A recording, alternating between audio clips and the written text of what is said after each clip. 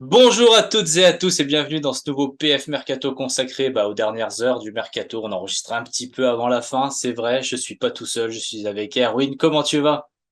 Bah écoute, quand même, cette dernière journée de mercato, je suis stressé, hein, parce qu'on sait toujours, on se demande, oui, qui va venir, qui va pas venir. Il y a des pistes qui sont faites, des trucs qui ont été officialisés.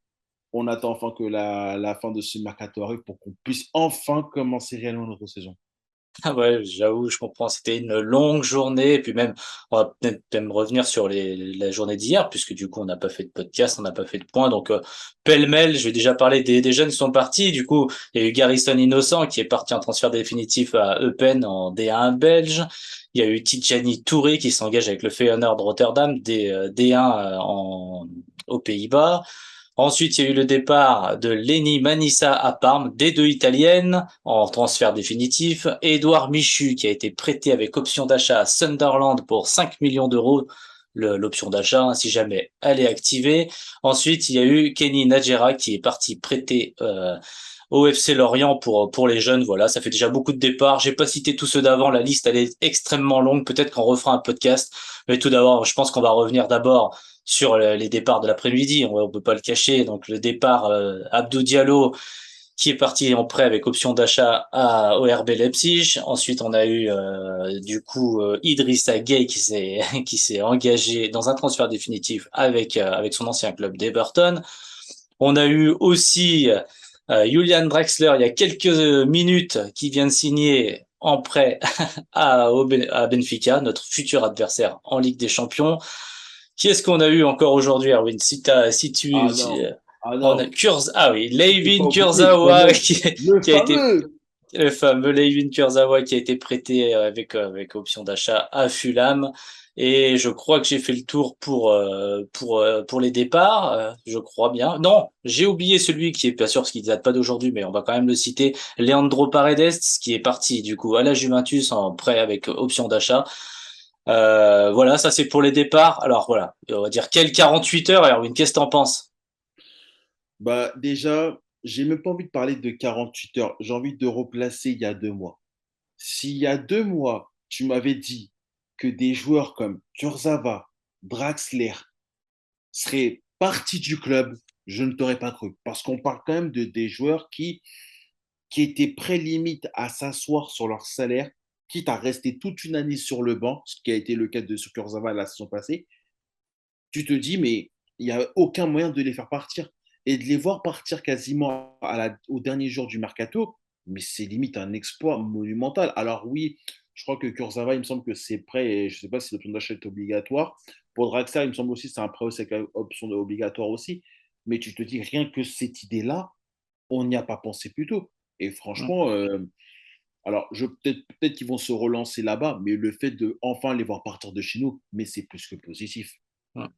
Bah oui, comme tu l'as dit, c'est des prêts hein, pour l'instant et voilà, et les deux n'ont pas d'option d'achat. Enfin, en tout cas, pour Draxler, c'est sûr. Pour Kurzawa, ça a beaucoup tourné ces derniers jours entre le transfert définitif, le prêt, option d'achat et le prêt. Je crois que c'est qu'un prêt. Mais après, voilà, comme tu l'as dit, il y a une possibilité de se relancer, donc une possibilité de gagner en valeur marchande aussi, parce que effectivement, Draxler et Kurzawa ont finalement très peu joué, donc les voir partir à la toute fin du mercato, bah oui, c'était inespéré. De toute façon, au PSG, il y avait plus la place. On a déjà deux pistons gauche, on a déjà deux latéraux gauche et au milieu de terrain, Paris a recruté pratiquement toute la terre en football. On y reviendra après, mais voilà. Donc du coup, oui, c'est assez impressionnant tous ces départs. Moi, je vais revenir après avec une arrivée qui va pas se faire, mais par rapport au départ d'Abdou Diallo. J'avoue que ça a été un petit peu vite. Alors les autres étaient, enfin sauf Paredes, mais Paredes c'était plutôt prévu qu'il parte. Galtier l'a souvent évoqué. Et pour Abdou Diallo, c'est même si on savait qu'il voulait partir, que le PSG ne freinerait pas son départ, j'avoue que bon, le fait que ce soit un défenseur central qui quitte le PSG alors que Paris n'avait aucune certitude de recruter un défenseur central, j'avoue que j'étais un petit peu surpris. Qu'est-ce que tu penses du départ de Diallo, parce qu'il était quand même dans le groupe hein, avec le PSG depuis la reprise. Il était pas dans le groupe de lui. Bah, en fait, moi, c'est vrai que le cas de Diallo m'interpelle aussi pas mal, dans le sens où, pour moi, si Diallo devait partir, fallait qu'on ait obligatoirement un défenseur supplémentaire. Parce qu'il ne faut pas oublier que Kerrer était parti juste avant, à West Ham pour, je crois, plus de 20 millions d'euros, un truc comme ça. Enfin bref, il faudrait que je me rappelle des chiffres. 12, je crois. Et là, du coup, avec Diallo aussi qui risquait de partir, ce qui fait qu'à la fin, on allait se retrouver qu'avec seulement trois défenseurs centraux de métier. Marquinhos, Kipembe et Sergio Ramos. Et dans le cas, si on doit vraiment jouer dans une défense à 3, c'est beaucoup trop faible. Alors, je ne dis pas que les trois n'ont pas le niveau, quoi que ce soit, mais tu te dis, si un de ces mecs-là se blesse, on va devoir composer avec El Shaddai, jouer avec Danilo qui va jouer les dépanneurs, ou éventuellement Mukele en défense centrale, alors que c'est clairement pas leur poste. Alors autant El Shaddai c'est son poste, mais il est beaucoup trop jeune. Tu le fous dans un match comme ça contre le Bayern, un truc comme ça, il va se faire exploser. Donc forcément le cas de Diallo, ça m'interpelle. Après, pour moi, je pense que le PSG fera un défenseur peut-être à la fin du mercato, vraiment dans les toutes dernières heures du mercato, parce que au moment où on vous parle, le mercato n'est pas encore terminé. Donc, il n'est pas improbable qu'il y aurait une piste en défense centrale, peut-être en panic buy, parce que apparemment, si on va revenir sur ce cas-là, le cas Skriniar semble bien plus compliqué que ça en a l'air, et voire même pratiquement au point mort. Voilà, bah merci pour la passe décisive. Ouais, on va enchaîner tout de suite avec bah voilà, depuis hier, l'espoir Skriniar était revenu. Depuis cette on va dire milieu d'après-midi, l'espoir a totalement disparu. L'Inter se montre inflexible pour vendre Skriniar, ce qui paraît un peu logique. Hein. Ça fait depuis juin que le dossier traîne.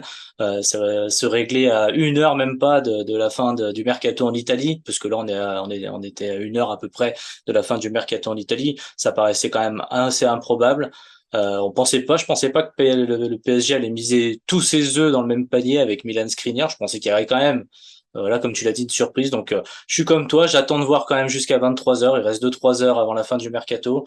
Peut-être que le PSG peut faire un défenseur qui ferait le compte, hein, parce que comme tu l'as dit, Nordi Mukiele est quand même plus un joueur de côté. Danilo peut jouer défenseur, hein, c'est quand même de plus en plus son poste, on va dire. Mais voilà, dans le système que le PSG est en train de mettre en place, il va falloir qu'il joue plus régulièrement, bah aussi pour trouver des repères, parce qu'on l'a vu on l'a vu lors du dernier match que les repères il les avait pas encore. Alors voilà, c'est pas une critique sur son jeu, c'est vraiment le fait que voilà, il faut s'habituer à jouer dans cette défense à 3 et avec ce que demande le PSG, hein, c'est-à-dire le petit triangle avec Marquinhos qui monte. Il faut pas monter tous en même temps, sinon tu te fais prendre dans le dos, enfin tout ça. Donc il va falloir jouer et j'ai l'impression que même si on regarde la rotation, ça bouge pas non plus tout le temps dans l'équipe du Paris Saint-Germain. Et puis El Shaddai Bichabou, même si on a envie d'y croire et que pourquoi pas, il pourrait dépanner en Ligue 1 dans certains matchs et tout, pourquoi pas. Je suis d'accord avec toi. En Ligue des Champions, ça va être trop juste, donc je suis assez d'accord pour le panic buy. Dommage pour Milan Skriniar, donc voilà, tu m'as fait la passe décisive, donc je le dis, Milan Skriniar, défenseur central de 27 ans de l'Inter Milan, bah, ne viendra pas a priori, hein, parce qu'encore une fois, on n'a aucune certitude et on n'est pas à la fin du mercato, mais bon, toutes les sources concordent pour dire qu'il viendra pas. Donc ça, c'est le petit échec, mais on va passer tout de suite bah, on va dire à la première réussite. Après tu me diras si pour toi c'est une réussite d'ailleurs, parce que c'est intéressant. Milieu de 26 ans de Naples qui a signé hier, Fabian Ruiz. Alors qu'est-ce que t'en penses? Alors, pour avoir vu un peu les matchs de Naples, c'est que c'est quand même un joueur qui a un profil technique très intéressant, qui pourrait vraiment faire du bien à notre milieu de terrain en tant que joueur de complément, bien évidemment. Mais après, c'est pour voir dans quel schéma on va jouer, parce qu'on dirait qu'on va alterner entre un schéma à 2 ou un schéma à 3 justement. Donc, ce serait dans cette utilité-là. Ensuite, pour moi, les points forts, c'est que c'est quelqu'un qui n'hésite pas du tout à aller vers l'avant, qui est quelqu'un qui peut même tenter des frappes de loin, ce qui manque cruellement chez les milieux du terrain du Paris Saint-Germain depuis belle lurette. Bon, on a vu que Vitinha, maintenant, il tente aussi sa chance, donc pourquoi pas. En fait, moi, le seul problème que j'ai avec lui, c'est son irrégularité. Pour avoir contacté un peu et parlé avec certains supporters napolitains, ils ont dit qu'en fait, que c'est le genre de joueur qui, du jour au lendemain, ça peut être un joueur extraordinaire et le match d'après, ça peut être une bouse totale. Donc, à voir en termes par rapport à l'irrégularité. Mais moi, ce qui aussi qui m'interpelle le plus, en fait, c'est son profil parce que c'est quelqu'un quand même d'assez grand, à peu près 1,90 m si je ne me trompe pas. Mais il est très mauvais sur les duels aériens, ce qui est quand même le comble pour un joueur de son gabarit, de sa taille. Donc, quand tu sais que, par exemple, on le vanne beaucoup pour son côté technique, mais quand tu vois qu'un Danilo Pereira est très efficace sur les duels aériens et que ce n'est pas le cas de Fabian Ruiz, tu peux te poser des questions. Maintenant, on va voir dans quel type de schéma Christophe Galtier va le faire jouer. Et puis, si ça se trouve, peut-être que ce sera peut-être pour nous en plus une bonne réussite parce qu'en plus, au vu de son prix, c'est pas non plus la mer à boire. En fait, c'est plutôt même une option qu'on pourrait qualifier d'intéressante. Ouais, bah écoute, avec Fabian Ruiz, ils ont encore acheté un milieu de terrain créatif, polyvalent, capable de faire plein de petites choses, on va dire, au milieu de terrain. Ça ressemble un peu à Vitinha, ça ressemble bah, Verratti, c'est compliqué de dire ça, mais ça peut ressembler un petit peu à Verratti, c'est-à-dire assez technique, qui peut aussi se projeter et qui peut faire des belles passes aussi. Donc ouais, ils ont recruté un peu dans le même schéma, hein. Je veux dire, c'est des milieux qui se ressemblent un petit peu. Voilà, ça veut dire, comme tu l'as très bien dit, il y a Danilo, il y a Verratti, tu vois. On voit bien la différence entre les deux. C'est pas le même profil. Après, quand tu dis mauvais de la tête, c'est mauvais de la tête par rapport à sa taille et par rapport à ce qu'on attend d'un numéro 6 quand il joue numéro 6 évidemment. Après, je crois qu'il a 50% de duels gagnés aériens, ce qui est en soi mieux que la plupart des Parisiens, mais qui est évidemment, je suis d'accord avec toi, beaucoup moins bien que beaucoup de numéro 6 en Europe, enfin qui ont voilà qui ont des références, on va dire. Donc ça c'est sûr que c'est un point. Après l'irrégularité, c'est ce qui revient le plus avec Fabian Ruiz. Alors moi ce qui m'interpelle, c'est que Luis Campos, il a son système pyramidal là, il a sa pyramide qui voilà dans laquelle il a mis des joueurs et les joueurs sont plutôt classés, on va dire par rapport à tout ça. Donc c'est scruté hein, l'irrégularité, c'est scruté est-ce qu'il accepte la rotation, est-ce que voilà, il fait des problèmes dans les vestiaires et tout ça c'est la méthode Campos. Je me dis pourquoi Campos l'aurait pris s'il n'avait pas quand même quelques garanties. Donc voilà, à voir à ce niveau-là. J'ai assez confiance en Campos et même si j'entends bien les problèmes d'irrégularité, je me dis que Fabian Ruiz peut être une belle petite plus-value. Alors après, pour le mettre où sur le terrain, qu'est-ce que t'en penses? On le met où sur le terrain? Avec qui? Bah justement, ça nous ne sommes pas des entraîneurs, hein. Comme avait dit notre ancien entraîneur, on n'a pas les diplômes nécessaires pour pouvoir entraîner, donc on ne sait pas où est-ce qu'on va les placer aussi. Mais moi, ce que j'aime bien, c'est que de se dire que peut-être que Christophe Galtier pourra se dire, bah tiens, je peux tenter un schéma à deux en tentant de faire Verratti, Vitinha, parce qu'on le voit que depuis le début de la saison, il y a une complémentarité entre les deux. On l'a encore vu lors du match hier contre Nice où les deux enfin tous pardon, où les deux se trouvaient assez rapidement sur les enchaînements, etc. Donc on voyait il y avait quelque chose. On peut mettre aussi, pourquoi pas, Danilo Pereira pour assurer un côté un peu plus défensif, ce qui a été quand même plutôt bon la saison dernière malgré tout. Donc, moi, je pense que ça va dépendre en fait du schéma et ça va surtout aussi dépendre de l'adversaire parce qu'on sait très bien que en fonction de l'adversaire, ce ne sera pas le même état d'esprit. T'en as ceux qui essaieront d'être dans un côté un peu plus joueur, un peu plus chercher à des profits techniques. Peut-être que tu devrais mettre un Fabien Ruiz justement, enfin ça va dépendre. Mais si c'est le côté où tu vas plus gérer le côté défensif, même à des adversaires qui vont beaucoup jouer sur les contres, vaut mieux plutôt prendre l'option Danilo Pereira. Donc tout va dépendre de ce que va faire Christophe Galtier pour le match qui va arriver. C'est sûr. Bah ouais, moi, tu vois, mon petit avis par rapport à Fabian Ruiz, c'est que voilà, je le verrais bien avec Verratti en fait. Pas au début au début quand la rumeur Fabian Ruiz est tombée, je me disais ah non, ça va pas aller parce que c'est compliqué les profils Vitinha, Fabian Ruiz, Verratti, pour moi c'est un peu compliqué, c'est quand même un petit peu ça se ressemble beaucoup. Mais en fait, en regardant un petit peu ce que le PSG est en train de construire avec Vitinha, c'est-à-dire un Verratti plutôt bas et un Vitinha qui hésite pas à se mettre vers même en position de numéro 10, qui, voilà, qui fait vraiment du bien. On l'a vu quand il était pas là le match d'avant contre Monaco, je trouve que ça fait quand même assez mal. Et je trouve que Fabien Ruiz, il pourrait jouer le rôle un peu de Vitinha, quand Verratti, bah, il ferait son rôle, hein, normal. Bon, voilà. Et Fabien Ruiz a les qualités pour faire le rôle un petit peu de Verratti, donc c'est-à-dire plus bas, donc il pourrait jouer aussi avec Vitinha. Donc je pense que c'est la polyvalence a du bon pour ce joueur. Après voilà, l'irrégularité, on verra bien, comme on dit. Hein, peut-être qu'à Paris on la verra pas. Voilà, Bah on écoute, verra. tu sais bien qu'avec le PSG, on peut s'attendre à tout et n'importe quoi en termes d'irrégularité. Donc bon, mais C'est ça. Moi, on n'avance plus rien avec le PSG, on ne sait pas. Peut-être qu'il serait irrégulier, on va pas dire qu'il le sera pas, ça c'est clair, on sait jamais. Hein. C'est le PSG. Et puis bah du coup la dernière qu'on n'aura pas réussi à voir en direct dans la vidéo du coup, ou peut-être qu'elle va tomber à l'instant où on va vous parler, c'est l'arrivée de Carlos Soler hein, qui était à la Factory à 15h40 hein, si je me trompe pas, c'est ça, 16h40. c'est ça, ouais. Euh, voilà donc dans ces eaux-là, donc le PSG met 2-3 heures à annoncer les joueurs une fois qu'ils ont signé, donc peut-être sûrement pour faire les vidéos, les photos, et puis la première interview, tout ça. Peut-être que c'est ça, en tout cas. Carlos Soler, 99,9% de chances qu'il signe au PSG dans les 2 heures, 3 heures qui arrivent. Encore un milieu de terrain, Erwin, mais qui est annoncé par beaucoup de médias comme étant plutôt une doublure pour les joueurs offensifs, à savoir pas Mbappé et Ekitike, hein, c'est plutôt une doublure pour Neymar et Lionel Messi. Qu'est-ce que t'en penses de Carlos Soler, Erwin? Bah, pour l'avoir vu jouer à Valence, c'est un joueur qui a un profil technique très intéressant dans le sens où c'est un joueur qui n'hésite pas à frapper et surtout qu'un joueur qui marque beaucoup. Parce que je crois que sur les 2 dernières saisons du côté de Valence, il est à plus de 10 buts au championnat. Et pour un milieu plus ou moins offensif, c'est quand même à noter, surtout que c'est dans le championnat d'Espagne. Et comme tu l'as dit, le plus important pour le transfert de Carlos Soler, même si on peut avoir quelques interrogations, c'est le fait qu'il va être là pour remplacer les joueurs, notamment comme Neymar ou Messi, s'ils sont venus à jouer comme des numéros 10. Parce qu'en fait, on se rend compte d'un truc, c'est qu'à partir de la semaine prochaine, je crois, le Paris Saint-Germain va avoir une cadence infernale en termes de matchs à enchaîner tous les 3 jours.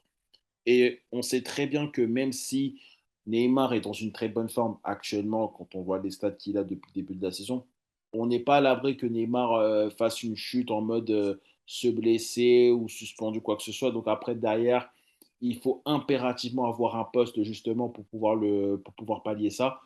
Par exemple, la saison dernière, quand Neymar s'est blessé après le match contre Saint-Etienne, on n'avait pas vraiment de joueur, entre guillemets, pour le remplacer, même si on gagnait nos matchs par-ci, par-là avec Pochettino. Là, ce ne sera pas le cas, ce sera pas le cas avec le cas de Carlos Soler.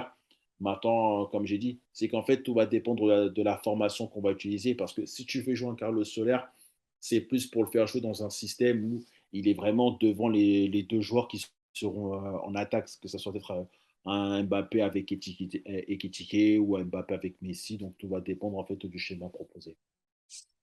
Écoute, je suis assez d'accord avec toi. En plus, ce que t'as pas dit, mais bon, je sais que tu le sais, c'est un capitaine, hein, Carlos Soler. Donc c'est Ouais, c'est capitaine aussi de Valence. c'est ça. Donc c'est un leader. Hein, c'est pas voilà un joueur. Bon, c'est vrai qu'il est pas très connu. C'est vrai que en tournant, les gens me disent mais c'est qui ça? C'est qui? Bah, Carlos Soler, c'est vrai que c'est un joueur très intéressant. Hein.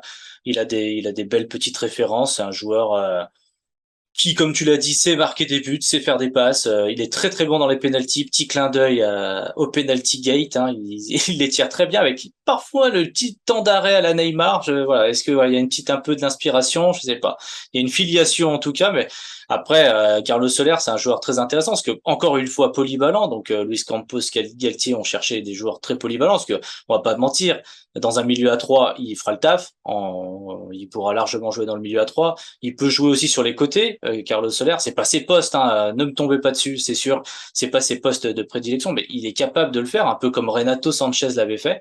Et il est capable de jouer en 10, donc c'est intéressant parce qu'en 10, tu l'as dit, il marque quand même pas mal de buts. Il frappe, il est souvent présent dans la surface, ce qui manque un petit peu parfois. Tu sais, on l'a vu un peu contre Toulouse. Par moment, l'attaque va tellement vite du PSG qu'il manque les milieux encore. Il y a même des phases de jeu où il manque des milieux. Parce que tu vois, Carlos Soler, c'est le type de milieu qui, je pense, sera là au second ballon et à l'entrée de la surface pour marquer, pour frapper, pour décaler quelqu'un d'autre.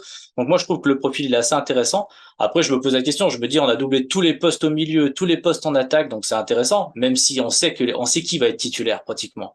On pourrait te dire Ah, l'équipe c'est type, le titulaire. ouais, c'est Bah, normal. c'est sûr, c'est le fait.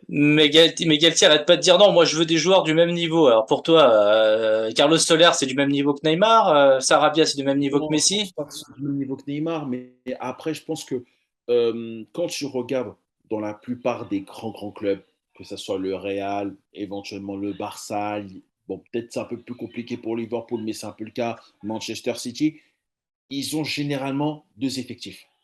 Et le Paris Saint-Germain n'a pas 2 effectifs, en fait. Et je pense que le but, en fait, de Galtier, c'est de pouvoir se dire, tiens, je vais créer 2 effectifs. Un effectif qui va être mon effectif numéro un, qui peut être les titulaires de base, et le deuxième effectif qui peut être là en termes de complément ou un joueur qui peut avoir le niveau pour se rapprocher de l'équipe une, etc., etc. Parce qu'on le voit, on l'a vu, pour moi, ça a été le gros point faible du Paris Saint-Germain la saison dernière, c'est qu'on n'avait pas de deuxième effectif. Et on l'a vu que quand tu avais un, voire deux joueurs majeurs qui étaient blessés, c'était très compliqué. Alors que là, j'ai l'impression qu'il essaie de voir quels sont les joueurs qui peuvent être majeurs pour être dans l'équipe A et que les autres qui peuvent être des compléments, une bonne équipe de compléments dans l'équipe B. Parce que quand on regarde la formation des joueurs de l'équipe B, bah franchement, c'est pas si horrible que ça. Si tu mets en mode les recrues qui viennent d'arriver comme les Renato Sanchez, Fabien Ruiz justement, et que derrière tu mets des comment ça s'appelle Danilo Pereira et que tu enchaînes avec Etikidé, c'est pas si mauvais que ça. Après, c'est de voir comment tu peux enchaîner avec eux. Donc en soi, je pense que c'est pour moi une bonne nouvelle qu'on fasse ce genre de schéma en fait. Non, mais je suis bien d'accord avec toi. C'est vrai que l'année dernière, bah, quand il manquait Verratti, on se retrouvait avec un milieu de terrain sans créativité. Donc déjà, c'était préjudiciable. L'année dernière, si t'enlevais Marquinhos ou Kimpembe, bah du coup Ramos n'était pas là. Donc finalement, il y avait Kerrer en manque de confiance et Diallo qui jouait pas assez. Donc on manque de rythme. Si tu regardes offensivement, quand Neymar s'est blessé, il y a eu Di Maria, mais Di Maria, bon, il était pas dedans, donc c'était compliqué pendant un moment. Il y avait pas, c'est vrai, pas beaucoup de remplacements, pas beaucoup de possibilités de, on va dire, de changer un match. Tu sais, le déclic d'un match, c'est-à-dire ça marche pas à cet instant T. Bon, là, ça va marcher. Et là, par exemple, c'est ce que je me disais quand je vois Fabien Ruiz, quand je vois Carlos Soler, je me dis, il rentre. Ça peut amener un petit quelque chose, tu vois, dans l'équipe. Tu vois, un match de Ligue 1 qui se passe pas bien, voilà, soit en hiver, quand après la Coupe du Monde et tout, il va y avoir des joueurs qui vont rentrer, qui vont pas être bien. Le PSG aura une équipe compétitive qui va être créative, qui va rester, on va dire, dans la même identité de jeu. Parce que la problématique du Paris Saint-Germain la dernière, c'était vraiment d'avoir l'identité de jeu. Bon, je sais que tu vas me tomber dessus. L'année dernière, il y avait Pochettino, il y avait pas d'identité de jeu. Mais quand même, quand il y avait Verratti, quand il y avait Neymar, Messi, et qu'ils arrivaient à peu près à faire un match correct, on sentait quelque chose. Voilà, c'était créatif, il y avait plus d'occasions et ça allait marquer. Alors que quand il manquait un de ces joueurs-là, bah, il manquait quelque chose. Et C'est ça, ça. ça, c'était la grosse problématique. Et effectivement, je suis d'accord avec toi. Cette année, avec deux effectifs, ben, il y aura cette possibilité-là de dire, bon, bah, écoute, Verratti, t'es pas là. Mais on peut quand même jouer ce match contre Manchester City, tu vois. Et ça, sans avoir forcément peur, sans avoir forcément, de se dire, mince, qu'est-ce qui va se passer? Il nous manque Verratti. Et du coup, bah, c'est peut-être ce qui est, finalement la chose la plus intéressante. Donc écoute, peut-être on se refera un podcast sur tout le mercato, hein, parce qu'il y a eu aussi beaucoup de départs avant, même des jeunes et tout, donc parler un petit peu de la formation aussi, ce que cherche le Paris Saint-Germain avec ces jeunes aussi, parce que on avait vu Ouais. qu'ils s'étaient débarrassés de beaucoup de joueurs qui n'avaient sûrement pas le niveau selon eux, et Si que je dis pas de bêtises, je crois qu'on est à peu près à 23 départs depuis le début de ce mercato concernant le Paris Saint-Germain. ouais, non, mais c'est énorme. Et en même temps, bah, il y aura des choses à dire parce que en faisant partir des Édouard Michu, par exemple, eh ben, Paris met dans le groupe deux fois de suite un joueur qui s'appelle Warren Zaïre-Emery qui a 16 ans. Voilà. Met dans le groupe un joueur qui s'appelle El Shaddai Bichabou qui a 17 ans. Et puis on sait que Ismail Garbi aussi s'entraîne avec le groupe 1 déjà depuis quelques temps. Donc il doit être, voilà, il doit être bien coté dans l'effectif. Donc ça pour dire que voilà, on sent que le PSG a fait des choix. Mais ça, on en reparlera peut-être dans un prochain. Voilà, je sais pas si tu as quelque chose à rajouter sur ce mercato-là. Est-ce que Pas spécialement non. Bah, de toute façon, le seul truc qu'on peut rajouter, c'est dans le cas si ça est officiel pour Carlos Soler, ce qui n'est pas encore le cas. Donc normalement, il n'y a rien à rajouter. bon bah voilà, bah écoutez, on vous laisse profiter de l'arrivée de Carlos Soler de manière totalement officielle et puis bah Si ça se voilà. trouve, il arrivera à Alors, moi, franchement, j'ai envie de balancer un petit pari avec ceux qui vont nous écouter. Je me demande à quelle heure ça va être annoncé.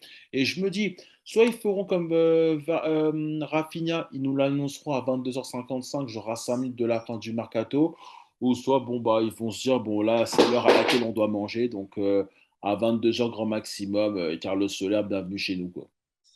Bon écoute, on va prendre ce pari-là et puis on verra bien dans les commentaires. N'hésitez pas à nous dire justement dans les commentaires ce que vous pensez de ce mercato-là, qui a l'air très fourni, attaque et défense. Voilà, le PSG a l'air d'avoir un double effectif un peu de partout. Et en même temps, bah, en défense, où Paris n'a pas deux effectifs, il a un effectif et demi, parce qu'il y a quand même des joueurs pour remplacer les titulaires, mais c'est pas pareil, c'est pas la même concurrence. Donc n'hésitez pas à nous dire ce que vous pensez de ce mercato-là.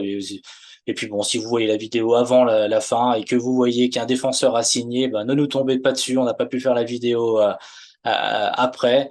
C'est comme ça. On espère aussi, comme l'a dit Erwin au début, bah, qu'il y aura quand même une petite pépite signée Campos qui signera, qui pourra faire le compte et qui va progresser avec nous. En attendant, bah, écoute, je te dis merci Erwin de m'avoir accompagné pour ce mercato après cette Avec grand longue plaisir. journée. Avec grand plaisir, surtout, bah écoute, ça fait toujours plaisir de faire ce genre de vidéo et on espère refaire ça très vite avec pour finir réellement ce mercato parce que je pense que ça épuise tout le monde. Ouais, c'est clair, c'est clair.